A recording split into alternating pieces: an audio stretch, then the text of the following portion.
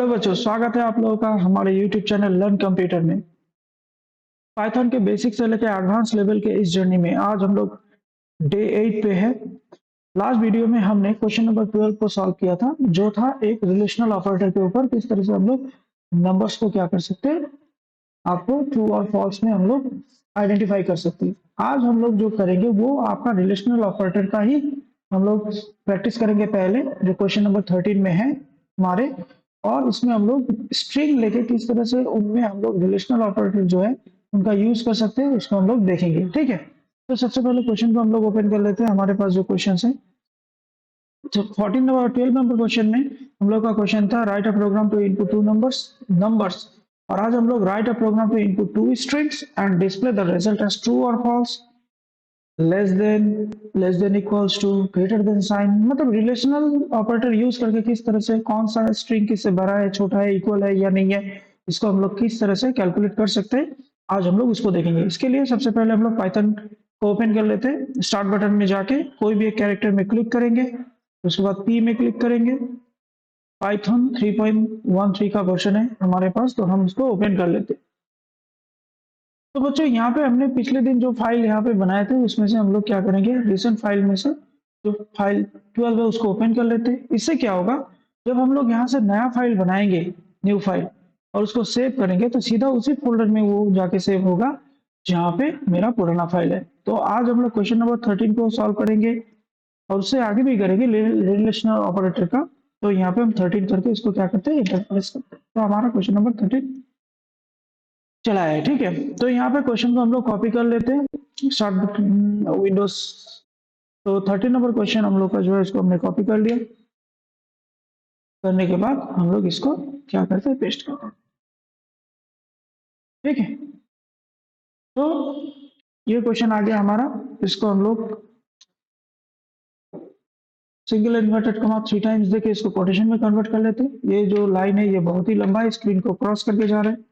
तो 3 टाइम हमने यहाँ पे इन्वर्टेड सिंगल इन्वर्टेड कॉमा का यूज किया है, इसकी वजह से हम लोग यहाँ पे मल्टीपल लाइन का क्या करते हैं, एक कमेंट बना लिया है हमने।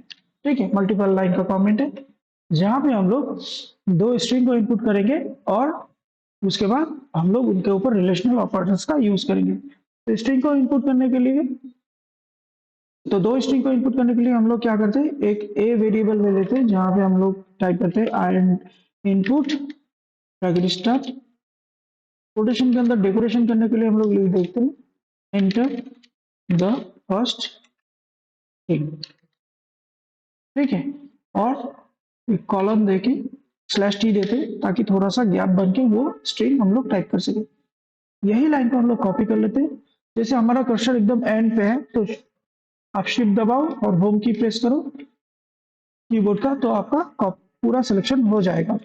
कंट्रोल सी करते हैं और उसके बाद एंटर दबा के इसको पेस्ट कर देते हैं कंट्रोल बी से। जो वेरिएबल है वो ए के बदले हम लोग बी कर देते हैं और इनपुट फर्स्ट स्ट्रिंग की जगह पर हम लोग यहाँ पे क्या करते हैं, सेकंड स्ट्रिंग कर देते हैं। ठीक है, तो हम अभी हम लोग जो दो स्ट्रिंग देंगे, एक ए में स्टोर हो जाएगा और एक बी में स्टोर हो जाएगा। अभी इनको जब हम लोग क्या करेंगे, इसमें रिलेशनल ऑपरेटर जो है उनका जो यूज करेंगे, इसको सीधा प्रिंट में ही यूज करेंगे। ठीक है, ये एकदम बेसिक प्रोग्राम है, तो हम लोग इजी करते हैं। तो यहाँ पे हम लोग पहले प्रिंट देके लिखते हैं ए कॉमा, क्योंकि ए वेरिएबल में जो स्टोर होने वाला है इज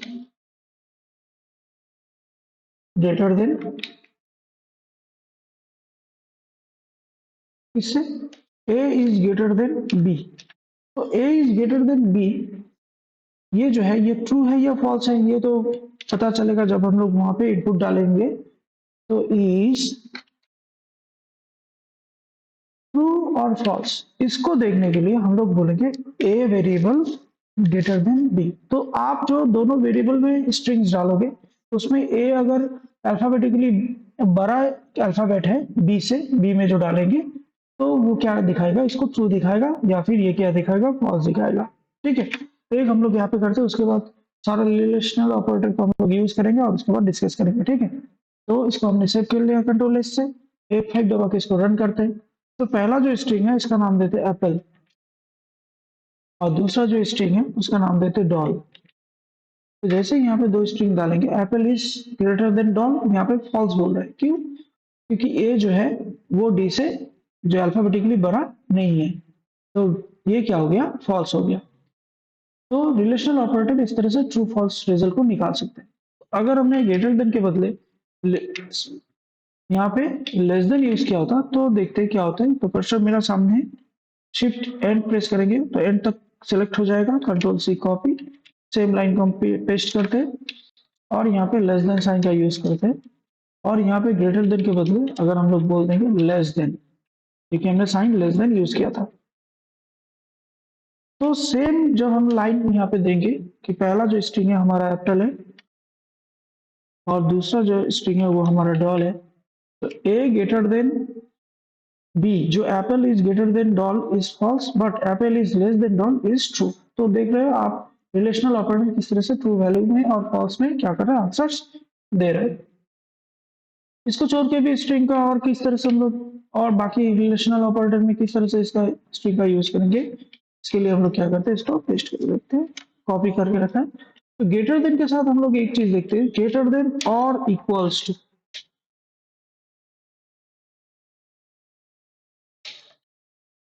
और नीचे लेस देन में हम लोग सेम तरह से लेस देन और इक्वल्स टू। तो इस तरह का अगर हम लोग का कभी आएगा कि छोटा है या बराबर है, तो हम लोग लेस देन और इक्वल्स टू यहाँ पे एक साथ इसको कंपेयर कर सकते हैं और ग्रेटर देन इक्वल्स टू। तो यहाँ पे क्या होगा, अगर वो उससे छोटा है तो लेस देन आपका ट्रू होगा और लेस देन और इक्वल्स टू भी ट्रू हो जाएगा, और अगर पहला स्ट्रिंग जो है वो सेकेंड स्ट्रिंग से छोटा बड़ा हो जाएगा तो ग्रेटर देन आपका ट्रू होगा और इक्वल्स टू भी, ग्रेटर देन इक्वल्स टू भी ट्रू हो जाएगा, ठीक है। लेकिन अगर वो दोनों इक्वल है तब यहाँ पे क्या होने वाला है, तब यहाँ पे ग्रेटर देन और लेस देन फॉल्स हो जाएगा, लेकिन जहाँ पे इक्वल्स टू है वो क्या हो जाएगा, आपका ट्रू हो जाएगा। तो देख लेते हैं, तो यहाँ पे हम लोग दोनों सेम देंगे, एप्पल और दूसरा भी है एप्पल। तो आप देख सकते हो ये छोटा भी नहीं है बड़ा भी नहीं है, तो जितना भी लेस देन और ग्रेटर देन है ये फॉल्स आ रहा है, लेकिन ग्रेटर देन के साथ इक्वल्स टू यूज हो रहा है इसीलिए ये क्या आ रहा है, ट्रू आ रहा है, ठीक है। और एक जगह पे ये ट्रू आएगा अगर हम लोग दोनों को इक्वल कर देंगे। तो यहाँ पे अगर हम लोग बोल देते जे इज इक्वल,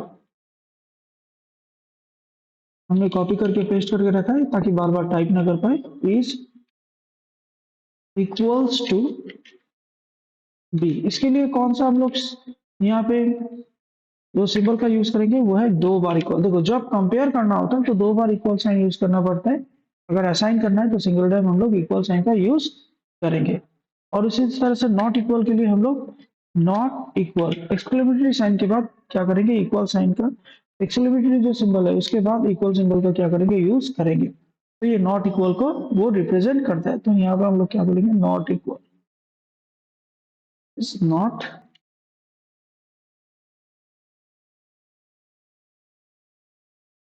ट्रू। तो अगर इक्वल वैल्यू होगा तो ये ट्रू होगा और ये फॉल्स होगा, और अगर इक्वल वैल्यू नहीं होगा तो नॉट इक्वल ट्रू होगा और इक्वल वैल्यू क्या होगा, फॉल्स होगा। देख लेते हैं। तो दो यहाँ पे हम लोगों ने सारा रिलेशनल ऑपरेटर का यहाँ पे सिंबल दिया है, F5 करते हैं तो यहाँ पे लिखते हैं एप्पल और नीचे लिखते हैं डॉल, देखते क्या होता है यहाँ पे।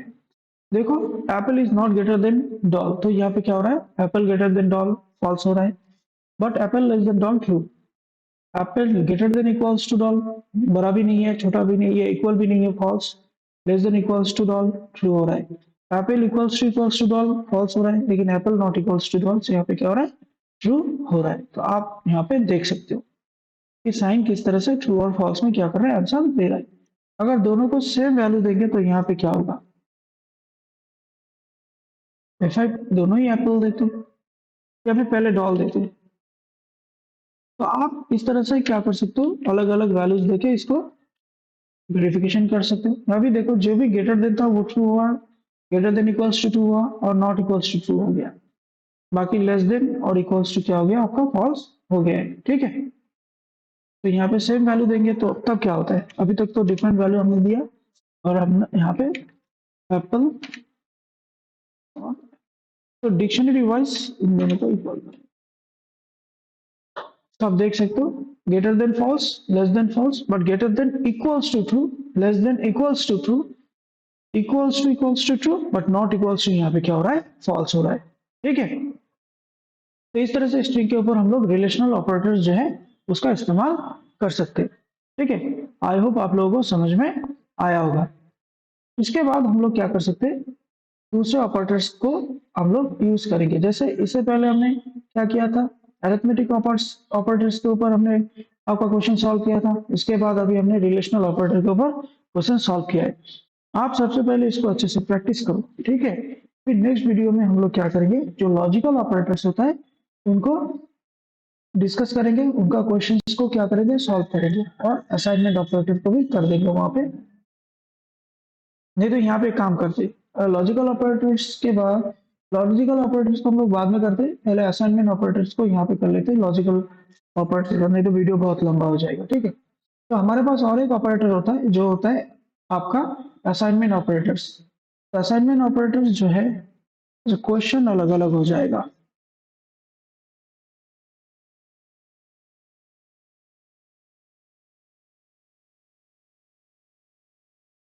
अच्छा, वो जो क्वेश्चन अलग हो जाए कोई बात नहीं, हम लोग के पहले रिलेशनल असाइनमेंट ऑपरेटर को करते हैं, जो क्वेश्चन नंबर 17 का क्वेश्चन है। अभी हम लोग क्वेश्चन नंबर 13 में चल रहे हैं। पहले असाइनमेंट ऑपरेटर को कर लेते हैं 17 नंबर। नेक्स्ट में हम लोग क्या करेंगे, जो हम लोगों का लॉजिकल ऑपरेटर्स है 13, 14, 15, 16, उनको क्या करेंगे, हम लोग सॉल्व करेंगे। ठीक है, तो इसके लिए हम लोग क्या करते हैं, इसको क्लोज करते हैं, एक नया फाइल ले लेते हैं, न्यू फाइल, उसको सेव करते हैं, और क्वेश्चन नंबर 17,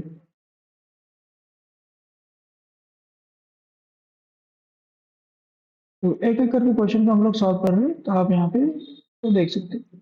तो क्वेश्चन नंबर 17 में जो हम लोग का है रिलेशनल ऑपरेटर में, क्वेश्चन हम लोग का different type of relational operator का यूज है यहाँ पे। उसको कॉपी करते हैं और न्यू फाइल में इसको क्या करते हैं, आपका कमेंट में इसको पेस्ट कर देते हैं। ये भी लंबा है, बीच में से इसको क्या करते हैं, लाइक ऑन इट।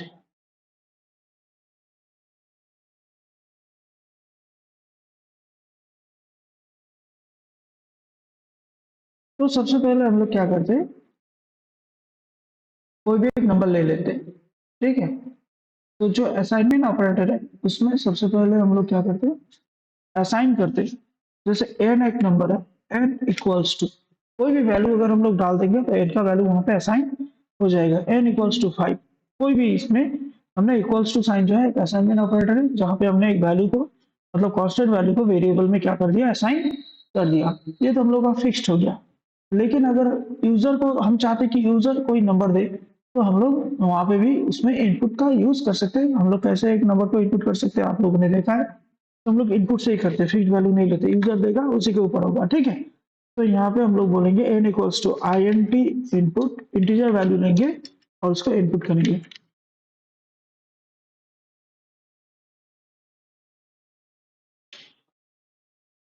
तो इंटर ए नंबर, कॉलम देखे, स्टेप सीक्वेंस देखते हैं स्लैश टी का। अब देखो, जो भी वैल्यू हम लोग यहाँ पे डालेंगे वो क्या होगा, एन को असाइन हो जाएगा। तो इसको हम लोग प्रिंट करते हैं, तो देख भी सकते हैं नेक्स्ट लाइन में जो भी हम लोग देंगे तो इसको थोड़ा डेकोरेट करके प्रिंट करते हैं। The number is the user given number is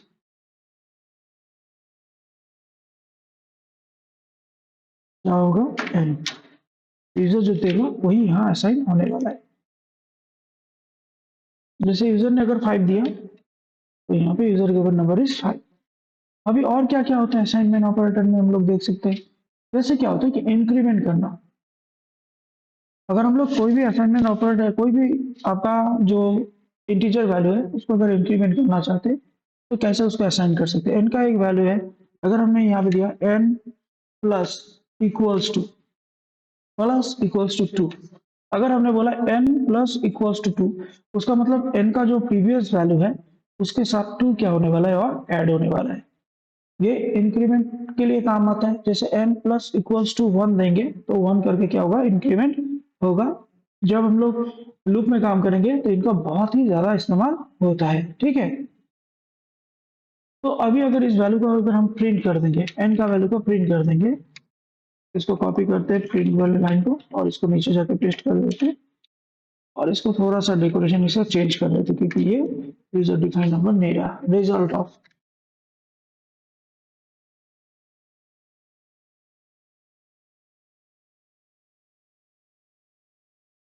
अगर हम रिजल्ट देखेंगे क्या आएगा,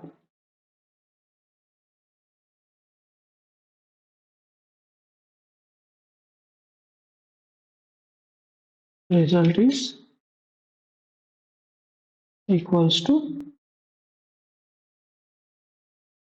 तो हर एक को असाइन होने के बाद वो रिजल्ट दिखाएगा। तो F5 करते हैं, तो यूजर गिवन नंबर क्या है हमारा 5 है, प्लस इक्वल्स टू 2 करेंगे तो 5 प्लस 2 क्या आ जाएगा 7 हो जाएगा, ठीक है।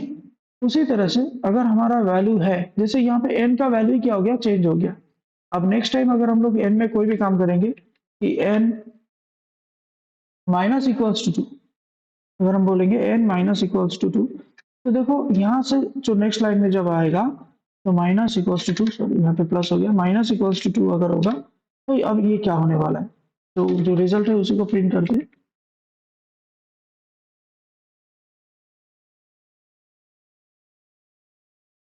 अब इसको सेव करके रन करेंगे, तो हमने 5 लिया, 5 प्लस 2 7, तो नेक्स्ट लाइन में उसका क्या रहा, 7 ही रहा आंसर। और 7 के बाद जब ये लाइन में इसको अगर हम देखेंगे डिस्क्राइब करके,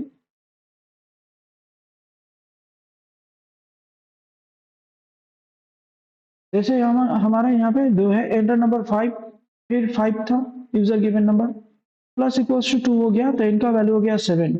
नेक्स्ट लाइन में जब हम उसको माइनस इक्वल्स टू 2 करेंगे तो इनका वैल्यू क्या होगा, जो 7 है वो एस्टेब्लिश्ड रहेगा, उसमें से 2 माइनस होने वाला है तो यहाँ पे क्या आ जाएगा 7 माइनस 2 वापस 5 आ जाएगा। यहाँ पे अगर हम लोग चाहते हैं कि n का वैल्यू के साथ हम कंपेयर करें और n का वैल्यू के साथ कोई भी छेड़छाड़ ना हो, तो आप क्या कर सकते हो कि बार बार अगर n का वैल्यू को आप 5 ही रखना चाहते हो कि जब भी कैलकुलेट होगा प्लस होगा या माइनस होगा 5 के साथ ही होगा, तो हम n का जो वैल्यू है उसको एक टेम्पोररी वैल्यू में क्या कर सकते हैं, स्टोर करके रख सकते हैं। जैसे t equals to n, t में n का वैल्यू स्टोर हो जाएगा, फिर अगर n में अगर हम लोग कोई भी चेंजेस करेंगे तो n में चेंजेस करने से उसको हम लोग वापस जो n का रियल वैल्यू है जो यूजर ने दिया है उसमें वापस ला सकते हैं। किस तरह से, जब भी वो रिजल्ट प्रिंट आउट हो जाएगा, जैसे यहाँ प्रिंट हो गया कि यूजर गिवन नंबर 5, फिर यहाँ पे 7 होगा और 7 प्रिंट होने के बाद नेक्स्ट लाइन में अगर हम लोगों ने कह दिया कि n इक्वल्स टू, तो जो टेम्पररी में स्टोर था t का वैल्यू में जो n का वैल्यू स्टोर था वो वापस n में आ जाएगा, तो ये वापस n का वैल्यू 5 हो जाएगा। तो 5 से ही तब क्या होने वाला है, 2 माइनस होने वाला है और आंसर देगा 3। देख लेते हैं सही में ऐसा होता है या नहीं होता है, तो सेव करते हैं, रन करते हैं इसको और एक नंबर डालते हैं 5। तो आप देख सकते हो कि गिवन नंबर 5 था, 5 प्लस 2 7, जब इस लाइन में आया तो जो टी में जो हमने स्टोर करके रखा था, असाइन करके रखा था इनका वैल्यू को, वो वापस टी ने क्या किया, इनमें असाइन कर दिया। तो यहाँ पे आके इस लाइन में ये क्या हो गया, वापस आप 5 हो गया। 5 से अगर 2 को माइनस करेंगे तो देखो रिजल्ट क्या आएगा, ये आएगा। तो n को अगर एज इट इज उसी तरह से रखना है तो हम लोग वापस क्या करेंगे, n में t का जो वैल्यू है टेम्पररी वैल्यू उसको असाइन कर देंगे, देन वापस 5 हो जाएगा। फिर अगर हमने यहाँ पे बोला कि n एस्ट्रिक इक्वल्स टू 2, मतलब n का जो वैल्यू होगा जो यूजर ने दिया है वो दुगना हो जाएगा, 3 करेंगे तो 3 से मल्टीप्लाई होगा। और रिजल्ट को अगर हम प्रिंट करते हैं तो देखते हैं क्या होता है,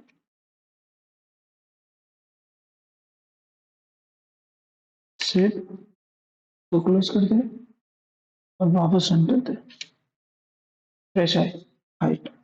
आप देख सकते हो कि 5 जो है टेम्पररी वैल्यू, बार बार 5 का वैल्यू को टी क्या कर रहा है, n में डाल रहा है, तो 5 ही रहेगा वो क्या कैलकुलेशन होने से पहले। जब भी यहाँ पे प्रोसेस होगा, प्रोसेस से पहले हम लोग 5 का जो ओरिजिनल वैल्यू है जो यूजर गिवन नंबर है, यूजर गिवन नंबर को बार बार टी में क्या, टी के थ्रू n में असाइन कर रहे हैं, ठीक है। तो हमने यहाँ पे असाइन कर दिया, तो जब भी हम लोग plus equals to, minus equals to या मल्टीप्लाई इक्वल्स टू करेंगे, जो भी वैल्यू डाला जाएगा, n का जो आपका प्रीवियस वैल्यू है, जो यहाँ पे बार बार हम लोग प्रीवियस वैल्यू को 5 कर रहे हैं, उसके साथ ही ये क्या करेगा, काम करेगा मल्टीप्लीकेशन का भी। सिमिलरली अगर हमने वापस इसको असाइन किया, इन 3 लाइन को मैं कॉपी कर लेता हूँ ताकि बार बार लिखना ना पड़े। कंट्रोल V, एन को असाइन कर लिया, फिर मल्टीप्लाई के बदले हमने क्या किया, स्लैश इक्वल्स टू 2 कर दिया। तो स्लैश इक्वल्स टू 2 जैसे ही करेंगे तो एन का क्या रिजल्ट आएगा, रन करते इसको। अब देख सकते हो 5 देने के बाद इसका रिजल्ट आएगा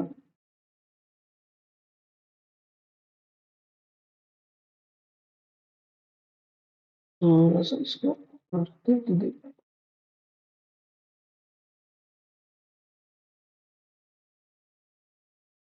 2.5। अगर n मतलब 5 को 2 डिवाइड करेंगे 2 से तो 2.5 आएगा। इसके बाद अगर हम लोग एक्सपोनेंट करना चाहते हैं इसका, या मॉड्यूल करना चाहते हैं, फ्लोर वैल्यू करना चाहते हैं, सब कुछ कर सकते हैं यहाँ पे। तो एक बार में कर लेते हैं फटाफट। तो इसको एक्सपोनेंट करने के लिए 2 बार एस्ट्रिक देंगे। अगर मॉड्यूल करना है तो हम लोग यहाँ पे मॉड्यूल साइन का यूज कर सकते हैं। और अगर हमको इसका फ्लोर डिवीजन करना है तो फ्लोर डिवीजन भी यहीं पे कर सकते हैं। ठीक है, तो हम लोग क्या करेंगे, यहाँ पे फ्लोर डिवीजन करेंगे।